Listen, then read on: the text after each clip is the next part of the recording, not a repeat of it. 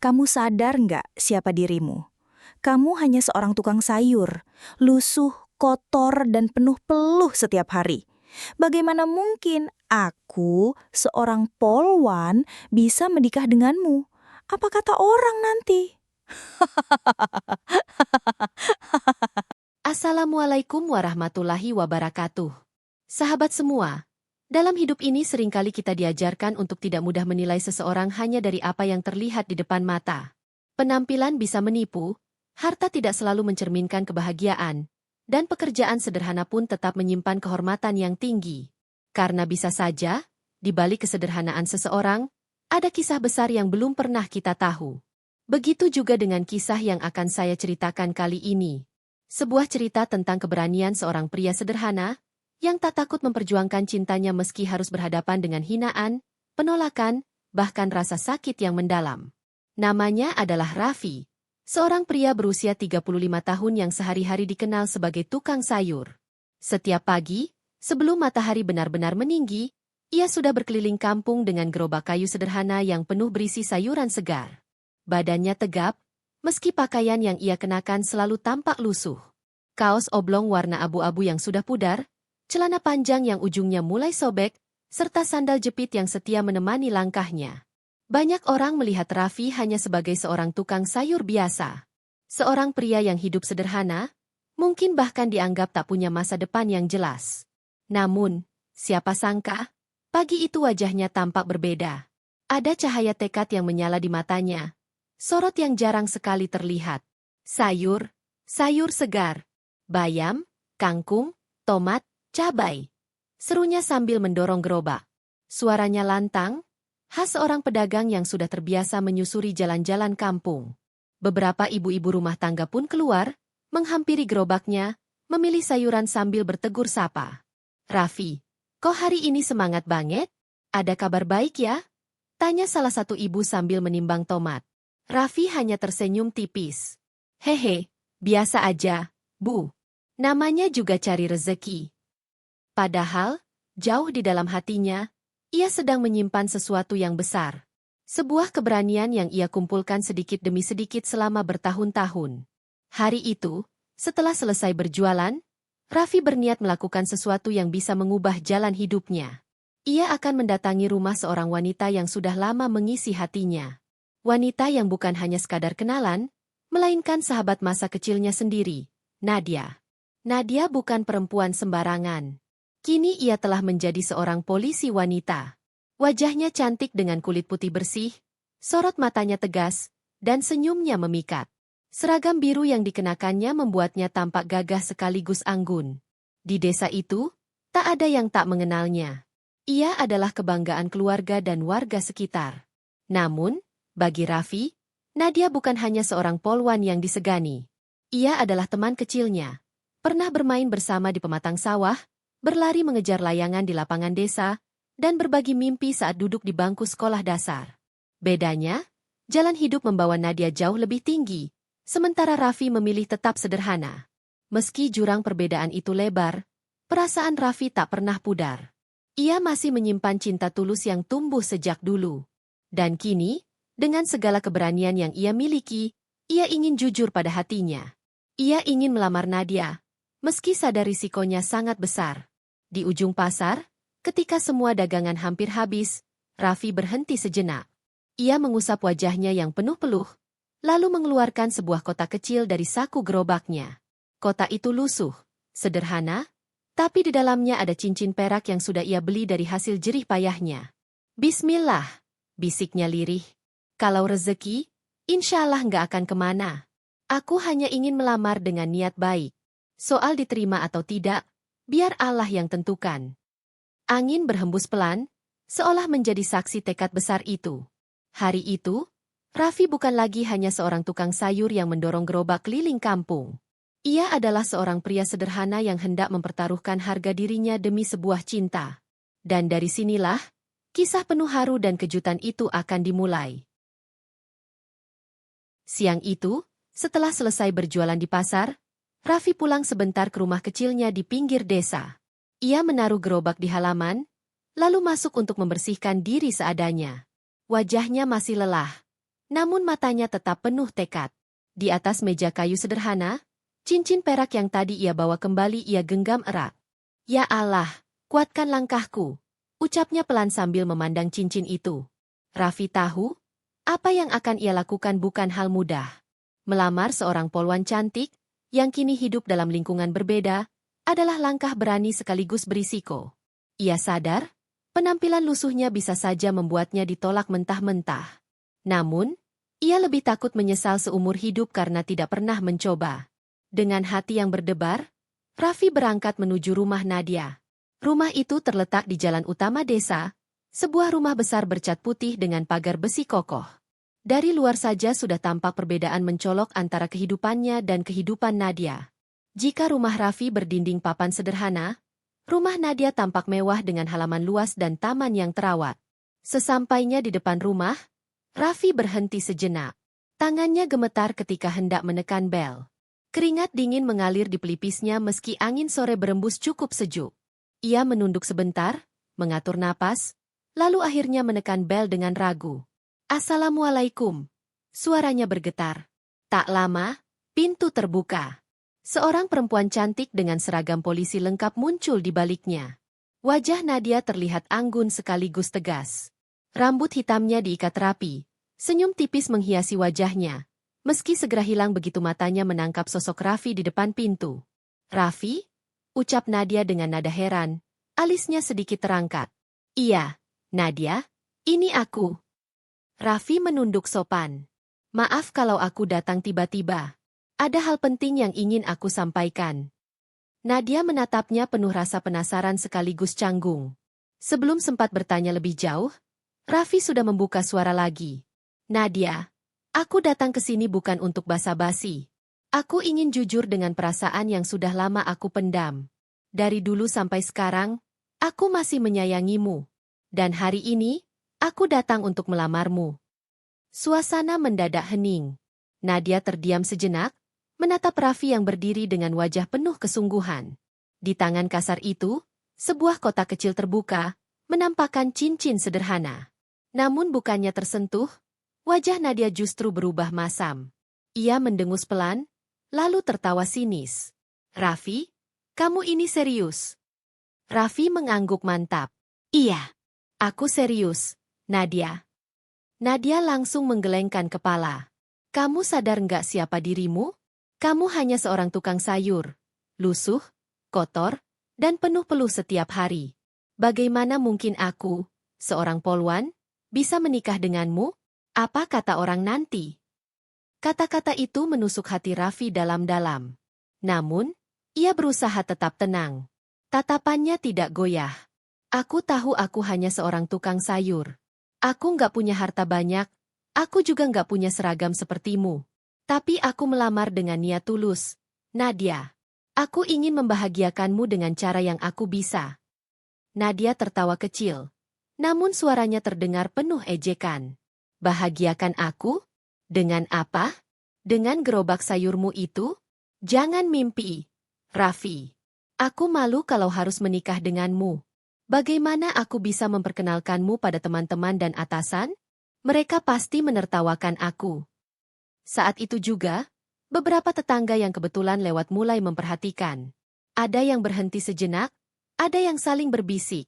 Bahkan beberapa anak muda yang sedang duduk di warung dekat rumah ikut menertawakan, melihat seorang tukang sayur nekat melamar seorang polwan. Hei, lihat tuh, tukang sayur melamar Bu Polwan. Teriak salah satu anak muda sambil tertawa terbahak-bahak. Pantas aja ditolak. Mana mungkin bisa masuk dunia Nadia? Timpal yang lain. Raffi berdiri tegak, meski hatinya terasa remuk. Ia mendengar tawa itu, ia merasakan tatapan meremehkan dari orang-orang sekitar, tapi ia tetap mencoba kuat. Dengan suara pelan namun jelas, ia berkata, "Kalau memang itu keputusanmu, aku terima, Nadia. Aku hanya ingin kau tahu, niatku tulus. Aku tidak menyesal sudah mencoba." Nadia menoleh ke arah lain, menahan rasa gengsi di depan orang-orang. Lebih baik kamu pergi, Raffi. Jangan bikin aku malu di depan tetangga. Dengan langkah berat, Raffi menutup kotak cincinnya dan memasukkannya kembali ke saku. Ia mengangguk singkat, lalu berbalik pergi tanpa menoleh lagi. Hatinya perih, namun ia tetap menjaga wibawanya. Sementara itu, Nadia berdiri di depan pintu rumah mewahnya, menatap punggung Raffi yang perlahan menjauh. Dalam hatinya, ia merasa lega karena menolak. Tapi entah mengapa ada sedikit rasa aneh yang tak bisa ia jelaskan. Tetangga yang masih menonton berbisik-bisik, sebagian menertawakan, sebagian menggelengkan kepala. Mereka tidak tahu bahwa peristiwa sederhana itu hanyalah awal dari sebuah kisah besar yang akan mengguncang seluruh desa. Keesokan harinya, suasana pasar kembali ramai seperti biasa. Pedagang-pedagang berteriak menawarkan dagangan, suara tawar-menawar bercampur dengan derit gerobak kayu yang ditarik maupun didorong. Di antara keramaian itu, sosok Raffi kembali muncul, seakan tak terjadi apa-apa kemarin sore. Ia tetap mendorong gerobaknya, menawarkan sayur dengan suara lantang, melayani pembeli dengan ramah, dan melempar senyum tipis pada siapa saja yang menyapanya. Seolah penghinaan yang ia terima dari Nadia, ditambah tawa tetangga yang menyaksikan penolakannya, sama sekali tidak meninggalkan bekas. Namun, di balik wajah tenangnya, hatinya masih perih. Kata-kata Nadia yang menyebut dirinya, lusuh dan memalukan, terus terngiang-ngiang. Malam sebelumnya, ia sempat duduk lama di depan rumahnya, menatap langit penuh bintang sambil menggenggam kotak cincin kecil itu. Ada rasa sakit, tapi juga ada keteguhan yang membuatnya tetap bisa tersenyum hari ini. Setelah dagangan habis menjelang siang, Raffi tidak langsung pulang. Ia mendorong gerobaknya ke sebuah gudang tua di pinggir desa, jauh dari keramaian. Bangunan itu tampak tak terurus dari luar, pintunya berdebu, dindingnya ditumbuhi lumut. Tidak ada seorang pun yang menyangka bahwa tempat itu menyimpan rahasia besar. Raffi menoleh ke kanan dan kiri, memastikan tak ada yang mengikutinya. Lalu, dengan kunci kecil yang selalu ia simpan, ia membuka gembok pintu gudang. Suara berderit pelan terdengar ketika pintu kayu itu digeser. Dari luar, orang hanya melihat gudang kosong.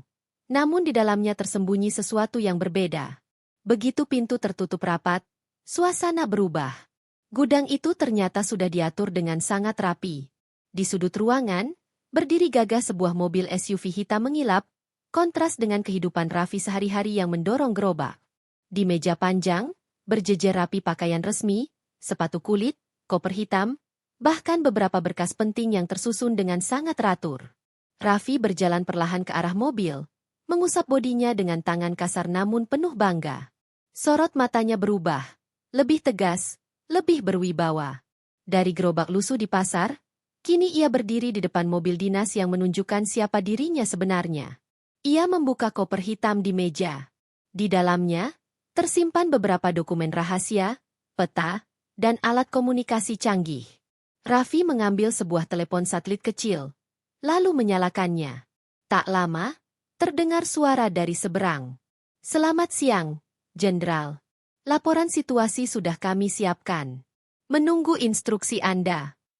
Raffi menjawab dengan suara dalam dan penuh wibawa, berbeda jauh dengan nada ramahnya saat berjualan sayur.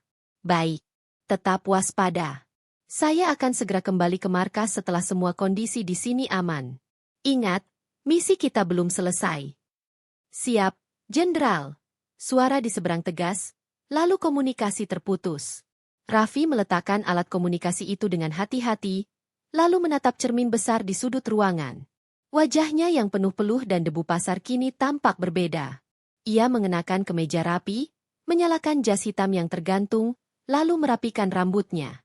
Sosok lusuh tukang sayur seakan lenyap.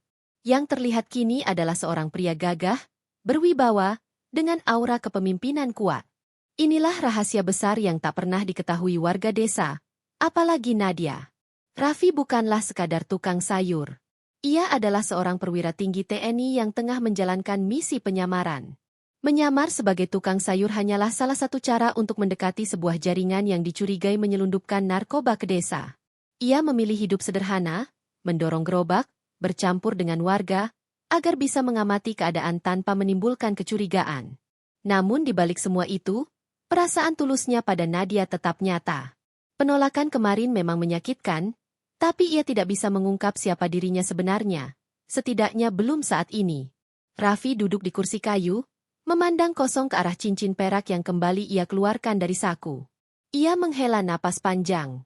"Kalau saja kau tahu, Nadia, bukan harta yang aku sembunyikan, tapi sebuah tugas besar untuk bangsa ini. Aku rela dihina, asalkan misi ini berhasil. Sinar matahari sore masuk dari celah dinding gudang, menerangi wajahnya yang penuh tekad. Sekilas, terlihat jelas bahwa Raffi bukan pria biasa. Ia adalah seorang pemimpin, seorang pejuang, yang rela menyembunyikan siapa dirinya demi sebuah tujuan mulia. Dan sementara warga desa masih melihatnya sebagai tukang sayur lusuh, waktu perlahan mendekatkan semua orang pada kebenaran yang akan segera terungkap. Kabar tentang penolakan lamaran Raffi menyebar begitu cepat di desa kecil itu.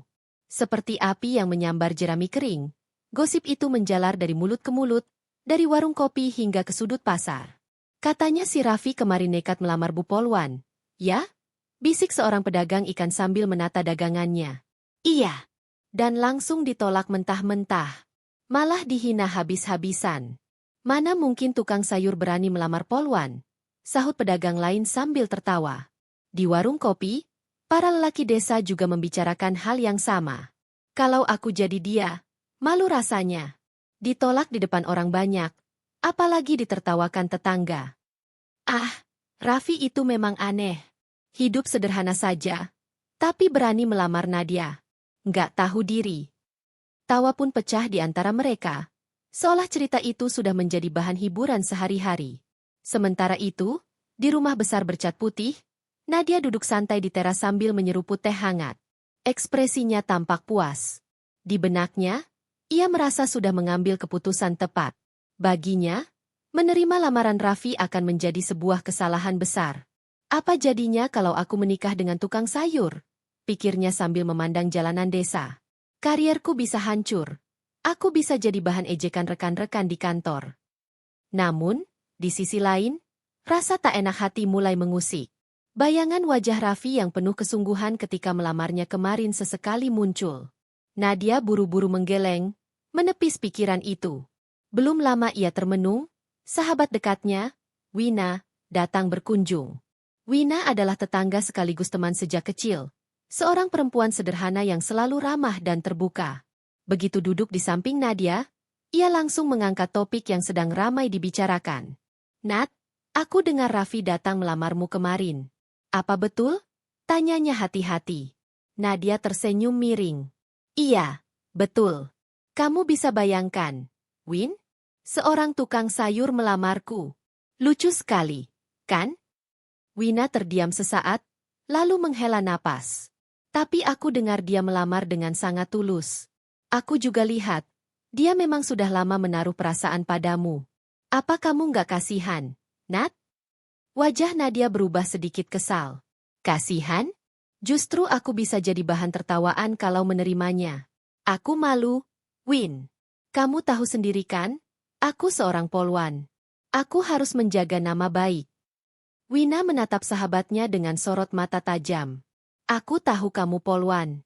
Tapi, Nat, jangan pernah menilai seseorang hanya dari pekerjaannya. Siapa tahu Raffi bukan orang biasa. Aku sering dengar gosip kalau dia pernah ikut latihan militer. Bahkan ada yang bilang dia sering keluar kota untuk hal-hal misterius. Nadia mendengus, mencoba menepis. Ah, gosip. Itu cuma bualan orang-orang. Mana mungkin tukang sayur seperti dia ikut latihan militer? Kalaupun benar, paling hanya coba-coba. Kamu jangan gampang percaya, Win. Meski begitu, kata-kata Wina membuat hatinya sedikit bergetar. Ingatannya melayang pada masa kecil, ketika Raffi sering menunjukkan keberanian yang luar biasa. Ia teringat bagaimana Raffi dulu menolongnya saat hampir jatuh di sungai, atau ketika Raffi selalu melindunginya dari anak-anak nakal di sekolah. Sejenak Nadia termenung. Wajah Raffi yang sederhana namun penuh ketulusan kemarin terus membayang. Tapi gengsi dan egonya membuat ia menolak untuk mengakui keraguannya. Wina menepuk bahunya pelan. Nat, aku cuma bisa bilang satu hal. Jangan terlalu meremehkan Raffi. Aku punya firasat. Dia bukan sekadar tukang sayur seperti yang kamu kira. Nadia tersenyum hambar, lalu berdiri. Sudahlah, Win. Aku nggak mau membahas ini lagi.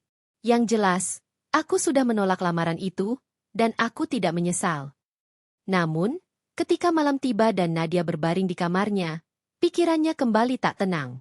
Ia teringat tatapan mata Raffi yang tidak gentar meski ditolak di depan orang banyak. Ia teringat suaranya yang penuh ketegasan, seolah menyimpan sesuatu yang tidak semua orang tahu. Mungkinkah Wina benar? Apa mungkin Raffi memang bukan orang biasa? Bisik Nadia pada dirinya sendiri. Ia memejamkan mata, mencoba tidur. Tapi hatinya justru semakin gelisah. Bayangan Raffi yang sederhana namun penuh rahasia mulai mengusik batinnya. Sementara itu, di luar sana, gosip tentang Raffi semakin liar. Ada yang berkata Raffi punya pekerjaan gelap di luar jualan sayur. Ada pula yang yakin ia adalah orang penting yang sedang menyamar. Tak ada yang tahu mana yang benar. Tapi satu hal pasti, gosip dan rasa penasaran itu pelan-pelan mengubah cara orang memandang Raffi. Termasuk Nadia, yang kini mulai merasakan keraguan dalam hatinya sendiri. Hari yang ditunggu akhirnya tiba. Di desa itu, udara pagi terasa berbeda. Spanduk besar terpasang di balai desa, peresmian markas militer baru. Warga berbondong-bondong datang, ingin melihat acara penting yang jarang sekali terjadi di kampung mereka. Jalanan dipenuhi kendaraan dinas, bendera merah putih berkibar gagah, dan suara marching band dari siswa sekolah menggema menambah semarak suasana. Raffi berdiri di depan cermin besar di rumah singgahnya. Kali ini, bukan kaos lusuh atau celana pudar yang melekat di tubuhnya. Ia mengenakan jas hitam elegan, kemeja putih rapi, dasi biru tua, serta sepatu kulit mengilap. Rambutnya tersisir rapih. Sorot matanya tajam penuh wibawa. Di sampingnya, sebuah mobil SUV hitam berplat dinas sudah siap mengantar. Seorang ajudan mengetuk pintu. "Jenderal, waktunya berangkat." Raffi mengangguk singkat. "Baik. Pastikan semua sudah sesuai protokol." "Siap, Jenderal." Mobil SUV itu melaju meninggalkan gudang rahasia, melewati jalan-jalan desa yang dulu biasa ia telusuri dengan gerobak sayur. Warga yang melihat dari pinggir jalan tampak heran, sebagian berbisik-bisik. Mereka tidak tahu, sosok yang duduk gagah di kursi belakang mobil itu adalah pria sederhana yang kemarin mereka tertawakan. Di sisi lain, Nadia bersiap dengan seragam polwan birunya. Ia hadir sebagai salah satu tamu undangan dalam acara peresmian itu. Dengan topi polisi di tangan, ia berjalan masuk ke halaman balai desa bersama rombongan aparat lainnya. Wajahnya anggun, langkahnya tegap. Namun hatinya sama sekali tidak menyangka apa yang akan ia saksikan. Suasana balai desa tampak megah. Tenda putih berdiri, kursi-kursi berjajar rapi, dan panggung utama dipenuhi pejabat penting. Bendera merah putih berkibar anggun di samping podium. Warga desa duduk di kursi undangan khusus, sebagian besar berdiri di kejauhan, ingin melihat sosok-sosok penting yang datang. Ketika iring-iringan mobil pejabat memasuki area acara, semua mata tertuju ke arah pintu mobil SUV hitam yang baru berhenti di depan panggung. Dari mobil itu, seorang pria gagah turun. Jas hitamnya menambah wibawa, tubuh tegapnya memancarkan harisma seorang pemimpin. Nadia yang duduk di barisan depan terperangah. Matanya membesar, tubuhnya kaku. Wajah pria itu sangat ia kenal. Itu Raffi, bisiknya pada dirinya sendiri. Ia menatap tanpa berkedip. Sosok yang kemarin ia hina sebagai tukang sayur lusuh kini tampil gagah layaknya seorang pejabat tinggi.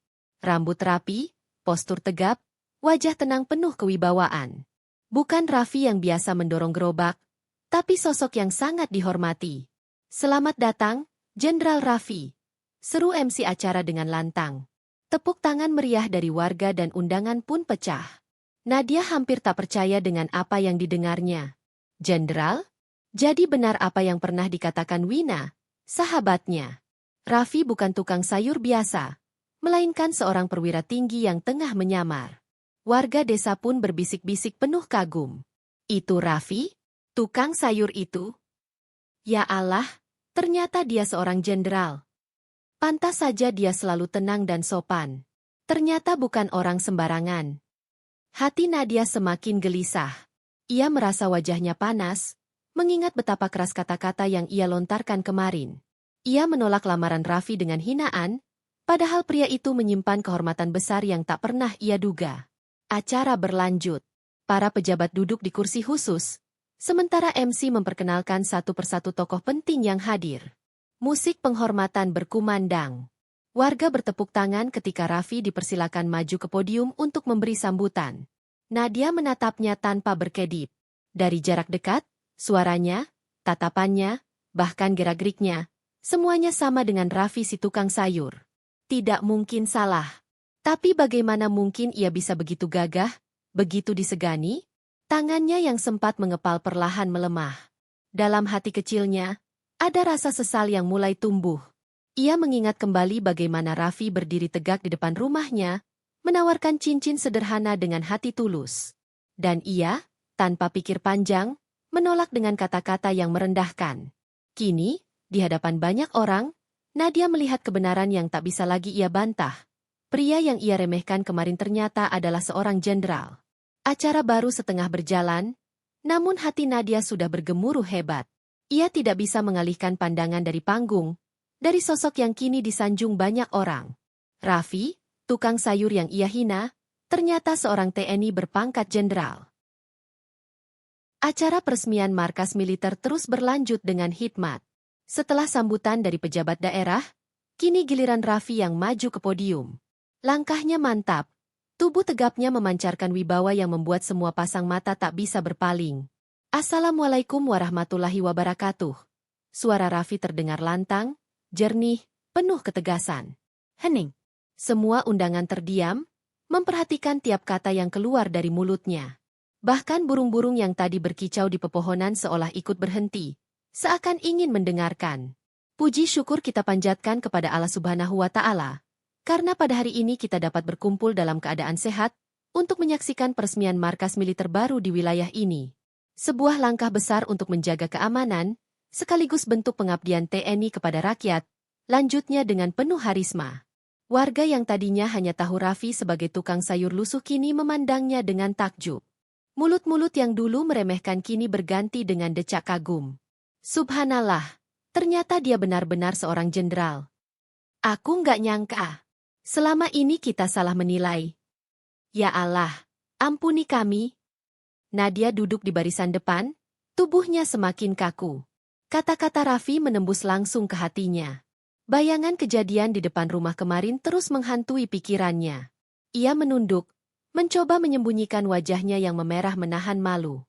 Raffi melanjutkan pidatonya, kali ini dengan nada yang lebih personal. Bagi saya pribadi, kampung ini adalah tempat yang istimewa.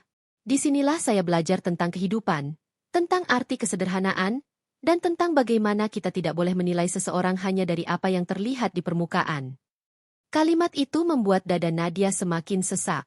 Ia tahu betul bahwa kata-kata itu bukan sekadar sambutan, melainkan pesan yang ditujukan padanya.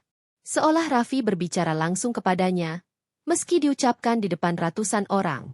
Beberapa warga mulai berbisik, menyambungkan cerita. Bukannya kemarin Raffi melamar Nadia? Iya, aku dengar dia ditolak mentah-mentah. Ya Allah, kalau tahu begini, Nadia pasti malu sekali. Wina yang duduk tak jauh dari Nadia menatap sahabatnya dengan cemas. Ia tahu hati Nadia tengah bergemuruh hebat. Namun inilah kenyataan yang harus dihadapi.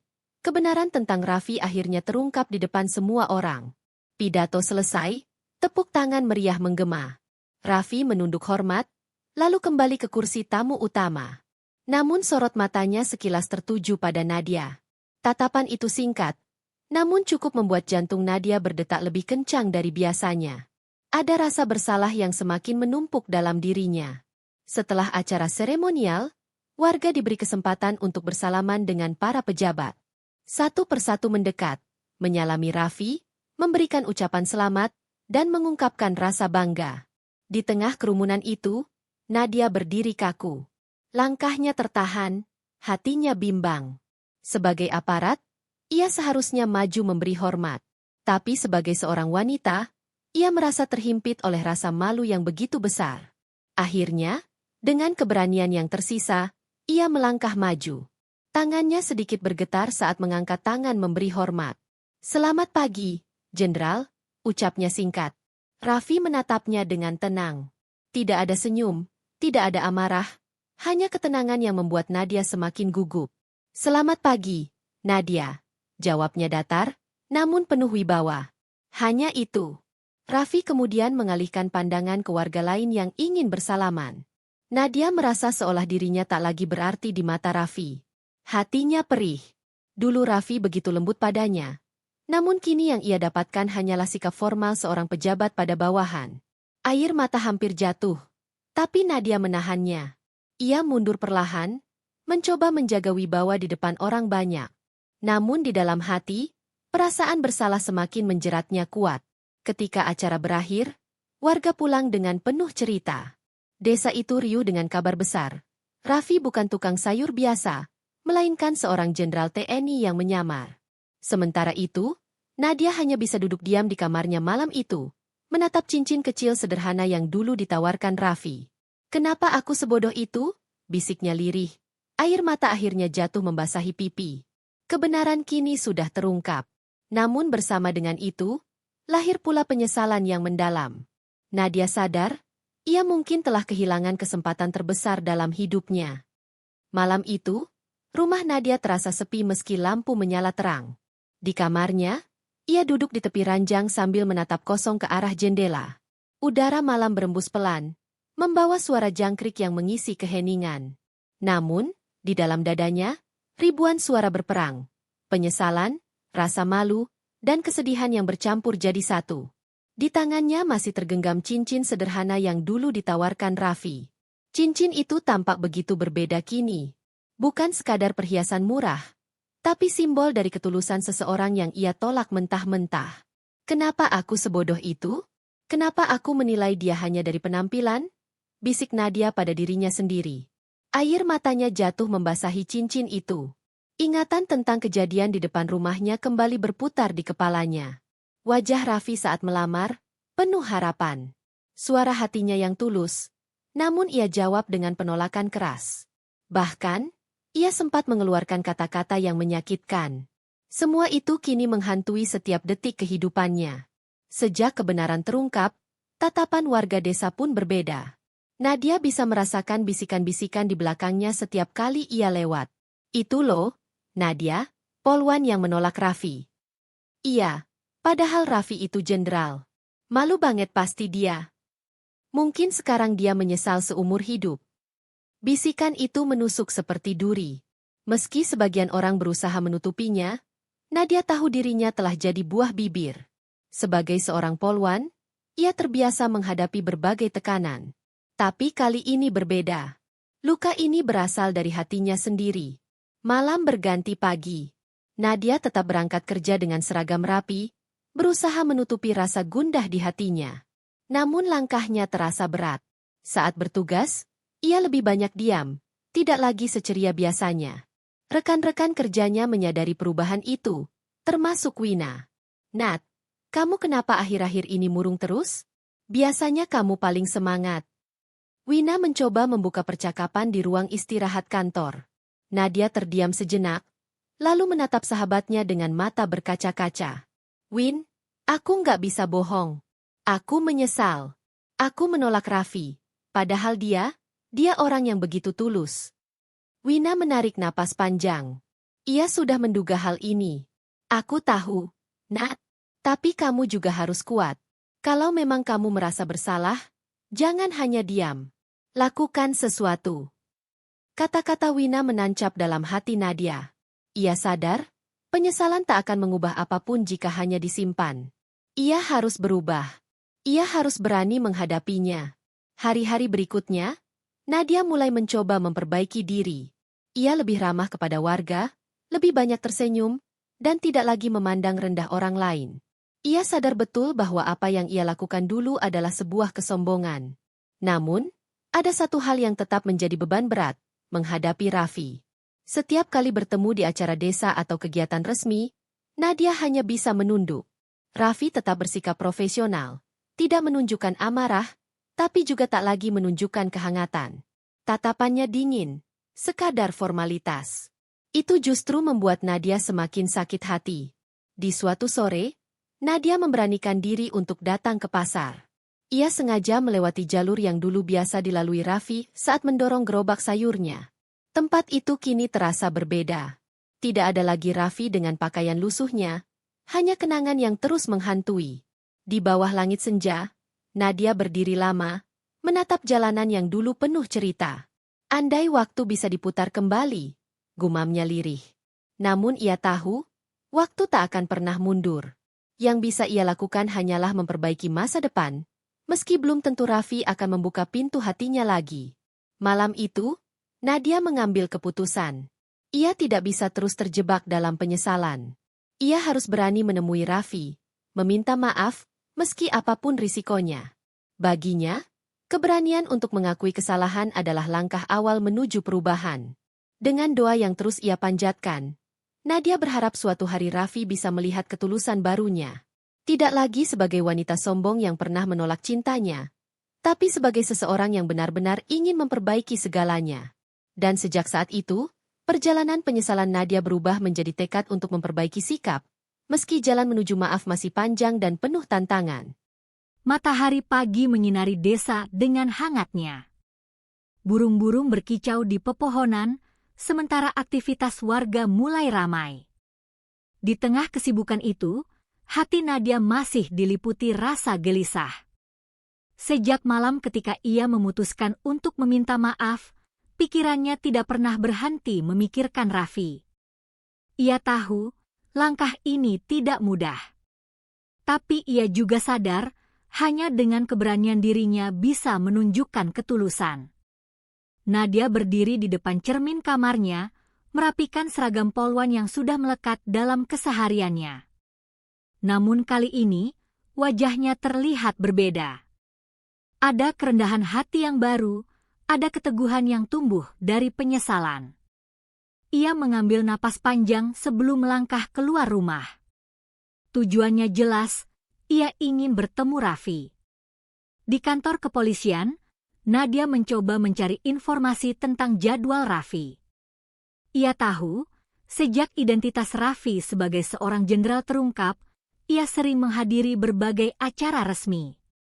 Saat bertanya pada salah satu perangkat desa yang kebetulan datang, Nadia mendengar kabar bahwa sore nanti Raffi akan menghadiri rapat koordinasi pembangunan di balai desa.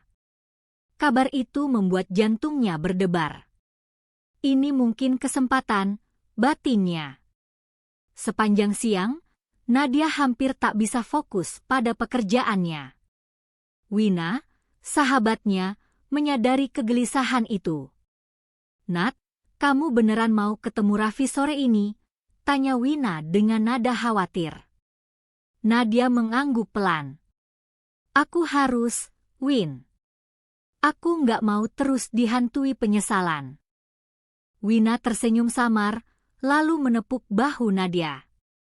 "Kalau begitu, lakukan dengan hati. Jangan setengah-setengah." Menjelang sore, langit mulai berwarna jingga. Nadia berjalan menuju balai desa. Suasananya ramai, banyak warga dan pejabat desa yang berkumpul. Dari kejauhan, ia melihat sosok Raffi dengan pakaian rapi dan berwibawa, berbincang dengan beberapa tokoh masyarakat. Kehadiran Raffi seolah menjadi pusat perhatian semua orang. Nadia berhenti sejenak. Tangannya gemetar, langkahnya berat. Tapi ia menguatkan diri, berbisik lirih, "Aku harus berani." Setelah rapat selesai, Raffi berjalan keluar balai desa. Saat itulah Nadia memberanikan diri mendekat. "Raffi," panggilnya dengan suara pelan namun jelas. Raffi menoleh. Ekspresinya datar, matanya hanya sekilas menatap, lalu berusaha melangkah pergi. Namun Nadia cepat-cepat menahan. "Tunggu, aku ingin bicara." Beberapa orang di sekitar mereka mulai memperhatikan. Situasi jadi canggung. Nadia sadar, ini bukan tempat yang tepat untuk membicarakan hal pribadi. Maka ia berkata dengan suara lirih, "Kalau kamu bersedia, aku ingin bertemu empat mata. Hanya sebentar saja." Raffi menatap Nadia sejenak, lalu menghela napas. Ia tahu ini akan jadi percakapan yang berat. "Besok pagi. Di kebun belakang rumah orang tuaku," ucapnya singkat, lalu pergi tanpa menoleh lagi. Hati Nadia bergetar. Meski jawaban Raffi terdengar dingin, setidaknya ia memberi kesempatan. Itu sudah lebih dari cukup baginya. Malamnya, Nadia hampir tak bisa tidur. Ia terus memikirkan apa yang akan ia katakan besok. Berkali-kali ia merangkai kalimat dalam hati, lalu merombaknya lagi. Ia ingin kata-katanya sederhana, tapi tulus. Yang terpenting, ia ingin Raffi tahu bahwa dirinya sungguh menyesal dan siap berubah. Keesokan paginya, udara masih segar saat Nadia melangkah menuju kebun belakang rumah orang tua Raffi. Kebun itu dipenuhi pohon mangga dan rambutan, suasananya tenang dengan suara burung kecil berkicau. Di sana, Raffi sudah menunggu. Ia berdiri dengan kedua tangan di saku celananya, wajahnya serius. Nadia berhenti beberapa langkah di depannya. Degup jantungnya begitu kencang, tapi ia memberanikan diri. Raffi, aku datang bukan untuk membela diri. Aku hanya ingin minta maaf. Aku sadar, aku salah besar waktu itu. Aku menilaimu hanya dari penampilan, tanpa tahu siapa dirimu sebenarnya. Dan aku menolak ketulusanmu dengan cara yang sangat menyakitkan. Suara Nadia bergetar, matanya basah menahan air mata. Aku menyesal, Raffi. Bukan karena sekarang aku tahu siapa kamu, tapi karena aku sadar aku kehilangan seseorang yang benar-benar tulus. Raffi terdiam lama.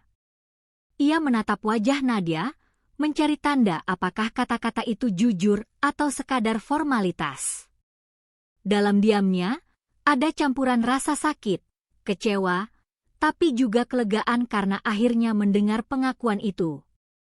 Aku dengar apa yang kamu bilang, ucap Raffi pelan tapi tegas.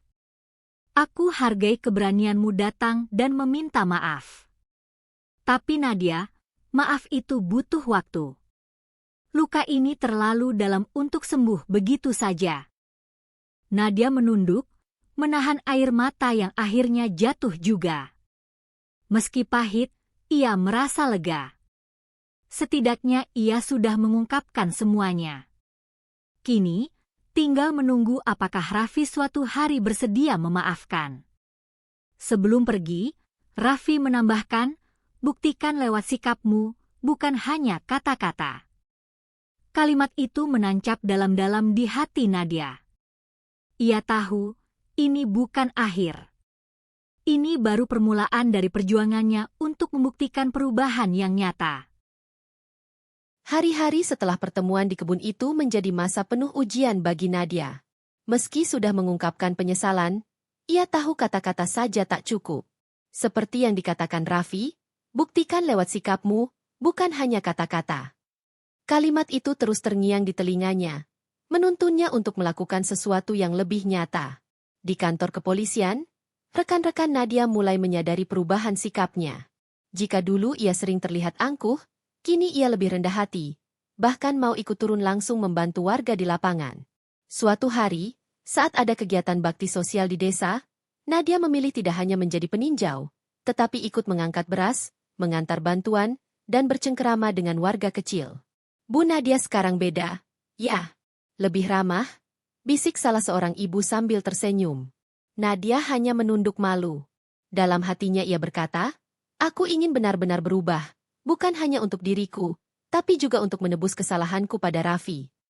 Namun ujian yang sesungguhnya datang ketika Raffi diam-diam mengamati dari jauh.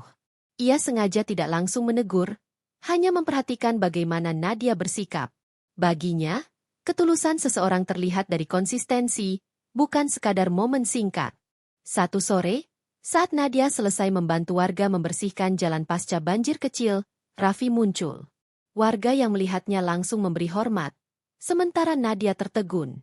Ia tak menyangka Raffi melihat semua itu. Kenapa kamu lakukan semua ini? Tanya Raffi dengan nada serius. Nadia menatapnya dalam-dalam. Karena aku sadar selama ini aku terlalu sombong. Aku pikir seragamku membuatku lebih baik dari orang lain. Tapi aku salah. Aku ingin belajar rendah hati, Raffi. Aku ingin membuktikan kalau aku benar-benar menyesal. Raffi menahan napas sejenak. Kata-kata itu terdengar tulus. Namun, hatinya masih menyimpan luka. Ia tidak ingin gegabah memberi keputusan. Nadia, aku melihat usahamu. Tapi waktu yang akan menjawab apakah perubahanmu sungguh dari hati atau hanya sementara, ucap Raffi tenang. Nadia mengangguk. Aku mengerti. Aku tidak akan memaksa. Aku hanya ingin kamu tahu, aku benar-benar berusaha. Sejak hari itu, Raffi mulai membuka sedikit ruang. Ia tak lagi sekeras sebelumnya saat bertemu Nadia. Sesekali, ia bahkan mengangguk kecil sebagai bentuk pengakuan atas usaha Nadia. Bagi Nadia, itu sudah lebih dari cukup. Ujian ketulusan ini menjadi titik balik bagi Nadia. Ia belajar bahwa perubahan bukan untuk dilihat Raffi semata, melainkan untuk dirinya sendiri, agar ia tumbuh menjadi manusia yang lebih baik. Bagian 10 penutup pesan moral. Waktu berlalu. Musim panen tiba di desa, dan warga mengadakan syukuran besar. Raffi hadir sebagai tokoh yang dihormati, sementara Nadia datang sebagai bagian dari kepolisian yang ikut membantu menjaga acara. Suasana penuh canda, tawa, dan kebersamaan. Di tengah keramaian itu, Nadia melihat Raffi sedang bercengkerama dengan beberapa perangkat desa. Wajahnya terlihat lebih hangat dibanding sebelumnya. Perlahan, Nadia mendekat, lalu memberi salam sopan. Selamat siang, Raffi, sapanya lirih. Raffi menoleh. Tatapannya tak lagi sedingin dulu. Ada senyum tipis yang muncul, meski singkat. Siang, Nadia. Bagi Nadia, senyum itu bagaikan jawaban dari semua penantian dan usahanya. Ia tidak berharap lebih. Cukup dengan pengakuan bahwa Raffi melihat ketulusannya. Ketika acara selesai, Raffi menghampiri Nadia yang sedang membantu membagikan nasi kotak untuk warga. Aku lihat kamu konsisten, Nadia. Kamu benar-benar berubah. Ucapnya pelan. Nadia menatapnya dengan mata berkaca-kaca. Terima kasih. Aku tahu aku belum sepenuhnya dimaafkan. Tapi aku bahagia bisa menunjukkan perubahan ini. Raffi tersenyum samar. Maaf itu bukan sesuatu yang bisa dipaksa. Tapi aku percaya, kalau seseorang berusaha dengan hati, waktu akan menyembuhkan. Keduanya saling berpandangan sejenak. Tak ada janji manis. Tak ada kata-kata romantis, tapi ada pemahaman baru, bahwa kehidupan selalu memberi kesempatan kedua bagi mereka yang sungguh-sungguh ingin memperbaiki diri. Malam itu, ketika acara usai, Nadia berjalan pulang dengan hati yang lebih tenang. Ia mungkin belum mendapatkan cinta Raffi kembali, tapi ia sudah mendapatkan sesuatu yang lebih berharga, kesempatan untuk menebus kesalahan dan menjadi pribadi yang lebih baik. Sementara Raffi, dari kejauhan, memandang langkah Nadia dengan tatapan penuh pertimbangan. Dalam hatinya, ia tahu luka masa lalu mulai mereda. Waktu akan menentukan kemana arah hubungan mereka. Namun untuk saat ini, ia merasa lega karena melihat perubahan nyata. Kilauan pesan moral. Jangan pernah menilai seseorang hanya dari penampilan luar, karena di balik kesederhanaan bisa tersimpan ketulusan dan kebesaran hati. Kesombongan hanya akan membawa penyesalan. Sementara kerendahan hati dan ketulusan akan membuka jalan menuju pengampunan dan kesempatan kedua.